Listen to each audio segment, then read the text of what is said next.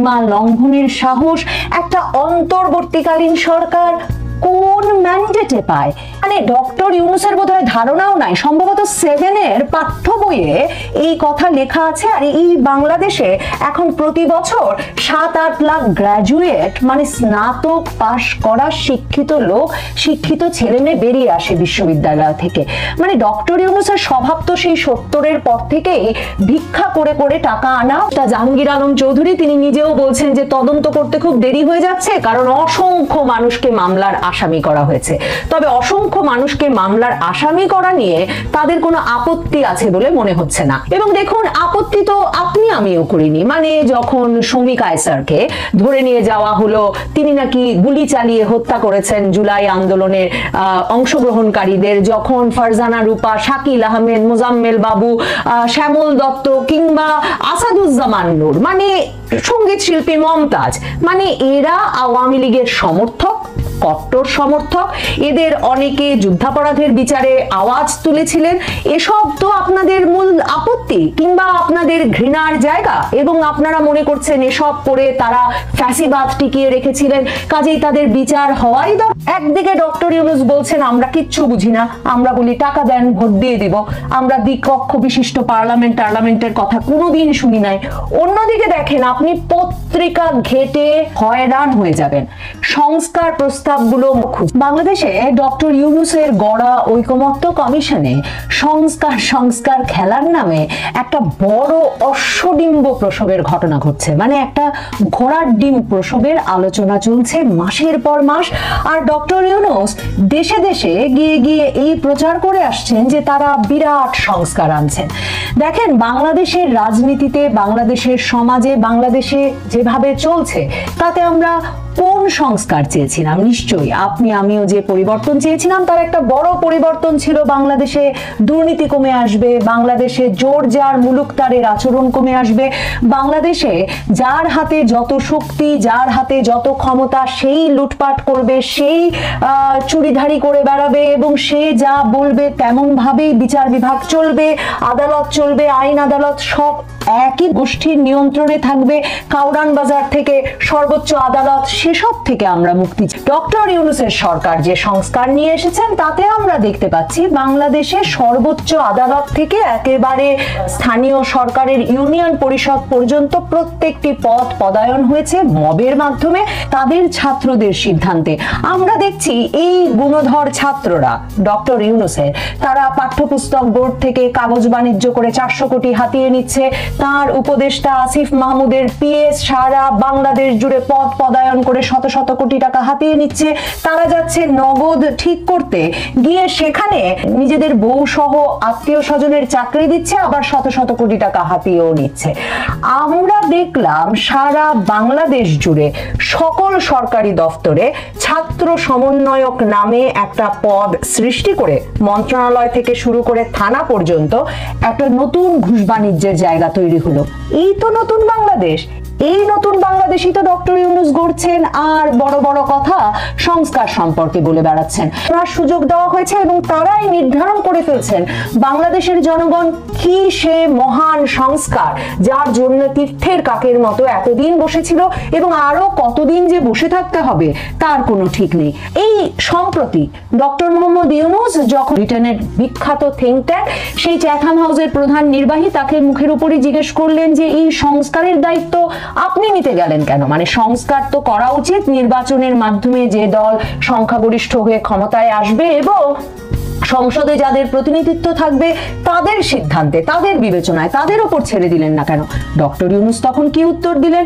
Doctor Yunus বললেন হেসে, আপনি যে কি বলেন, মানে বাংলাদেশের জনগণকে যদি বাইক্যামেরাল লেজিসলেচার মানে দ্বিকক্ষ বিশিষ্ট আইনসভার মতো কঠিন কঠিন কথা বোঝাতে যায়, তারা বলবে আমাকে এসব বোঝাতে আসবেন না, তো আমাকে টাকা দিন আর বলে দিন কাকে ভোট দেবেন, যে টাকা দেবে আমি তাকে গিয়েই ভোট দেব। মানে আমার দেশের সরকার প্রধানের, যিনি এই সংস্কার করে বাংলাদেশকে ত্রাণ করতে নিজে এসেছেন আর বিদেশ থেকে আলী রিয়াজ, রজার রহমান নামক এক দল লোককে উড়িয়ে এনেছেন, তারা আমাদেরকে কত বড় ত্রাণ করতে এসেছেন ভাবুন। দ্বিকক্ষ বিশিষ্ট পার্লামেন্টের মতো কঠিন কথা আপনারা কোনোদিন শুনেছেন? আর কোনো মানে মূল তো তিনটি রাজনৈতিক পক্ষ এই সংস্কার আলোচনা, বিএনপি, জামায়াতে ইসলামী আর ডক্টর ইউনূসের দল জাতীয় নাগরিক পার্টি এনসিপি। দেখেন একমাত্র বিএনপি ছাড়া আর কোন দলের আমরা আসলে জানি না যে তাদের রাজনৈতিক আদর্শ কি, তারা কি কি ধরনের সংস্কার 31 দফা সংস্কার প্রস্তাব দিয়ে সেগুলো নিয়ে সংবাদ মাধ্যমের সঙ্গে আলাপ করছিল, বাংলাদেশের বুদ্ধিজীবীদের সঙ্গে আলাপ করছিল, নিজেরা দলের মধ্যে সেসব আলাপ করছিল। আর এনসিপি ডক্টর ইউনূসের দল, তারা যে ঠিক কোন আদর্শের বাংলাদেশ গড়তে চায়, মানে তারা ডানপন্থী দল না বামপন্থী দল, এটুকুও আমরা এখনো জেনে উঠতে পারলাম না। এখন আমি ভাবলাম একটু খুঁজে বের করি বাইক্যামেরাল লেজিসলেচার, দ্বিকক্ষ বিশিষ্ট পার্লামেন্টের মতো আর কি কি যুগান্তকারী পদক্ষেপ আর সংস্কার বাংলাদেশ 2.0-তে আসতে যাচ্ছে। তখন আমি দেখি যে সত্যি কত বড় ঘোড়ার ডিমের প্রস্তাব নিয়ে আমেরিকা থেকে উড়ে এসেছেন আলী রিয়াজ। যেসব প্রস্তাব নিয়ে আলাপ হচ্ছে তার একটা তো বললামই, দ্বিকক্ষ বিশিষ্ট পার্লামেন্ট। আরেকটি প্রস্তাব নিয়ে আলোচনা হচ্ছে, দেখেন দ্বিকক্ষ বিশিষ্ট পার্লামেন্টের ধারণাও কিন্তু তিনি যুক্তরাষ্ট্র থেকে উড়িয়ে এনেছেন। আরেকটা বিষয় নিয়ে ভীষণ আলোচনা চলছে, সেটা হচ্ছে রাষ্ট্রপতি নির্বাচনের জন্য ইলেকটোরাল কলেজ গঠন হবে। যারা আমরা একটু মার্কিন যুক্তরাষ্ট্রের নির্বাচন ফলো করি তারা জানি এই ইলেকটোরাল কলেজ শব্দটিও আলী রিয়াজ নিয়ে এসেছেন মাথায় ভর্তি করে সেই আমেরিকা থেকে। তো এই ইলেকটোরাল কলেজের ধারণা হিসেবে তিনি কি দিয়েছেন, বাংলাদেশের স্থানীয় সরকার আছেন তারা মিলে নাকি একটা ইলেকটোরাল কলেজ মানে নির্বাচক মন্ডলী হিসেবে বসবেন, নির্বাচক মন্ডলী হিসেবে ভোট দিয়ে, ইলেকটোরাল কলেজ হিসেবে ভোট দিয়ে রাষ্ট্রপতি নির্বাচন করবেন। এখন এই প্রস্তাবে যেমন বিএনপি রাজি হয়নি, কিন্তু মানে ক্ষুব্ধ হয়েছি কেন? ক্ষুব্ধ হলাম, একদিকে ডক্টর ইউনূস বলছেন আমরা কিচ্ছু বুঝি না, আমরা বলি টাকা দেন ভোট দিয়ে দিব, আমরা দ্বিকক্ষ বিশিষ্ট পার্লামেন্টের কথা কোনোদিন শুনি নাই।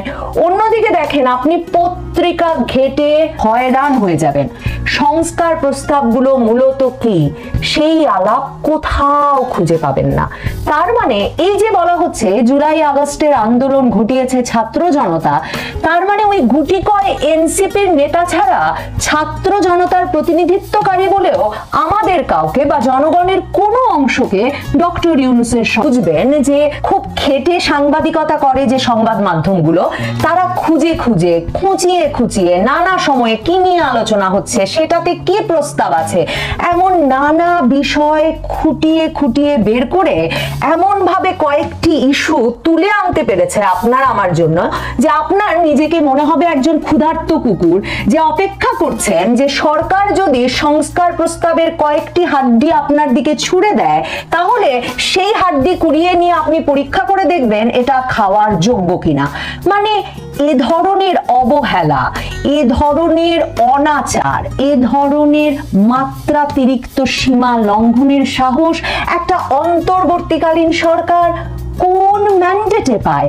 এই প্রশ্ন বাংলাদেশে আমরা কেউ কখনো করব না। তারপর দেখুন আরেকটি বিষয় নিয়ে আলাপ হয়েছে ঐকমত্য কমিশনের বৈঠকে, সাংবিধানিক কাউন্সিল গঠন, এনসিসি গঠন।